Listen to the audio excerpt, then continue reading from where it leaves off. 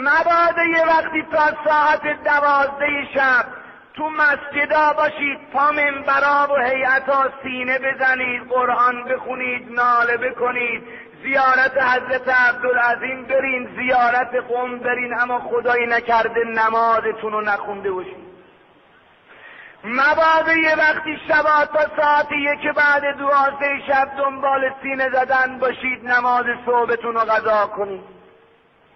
میدونید من از اون منبریای ولایتی هستم، تبلیغ دینمو میکنم، قرآنمو میخونم، تفسیرشو میگم، روایات من میگم، تاریخ اسلامی من میخونم، عقایدم میگم، روزم میخونم، گریم میکنم، سینم میزنم، زنجیرم میزنم، همه این کارا رو میکنم، اما اول دینا. و ای مردم، ستون دین نماز.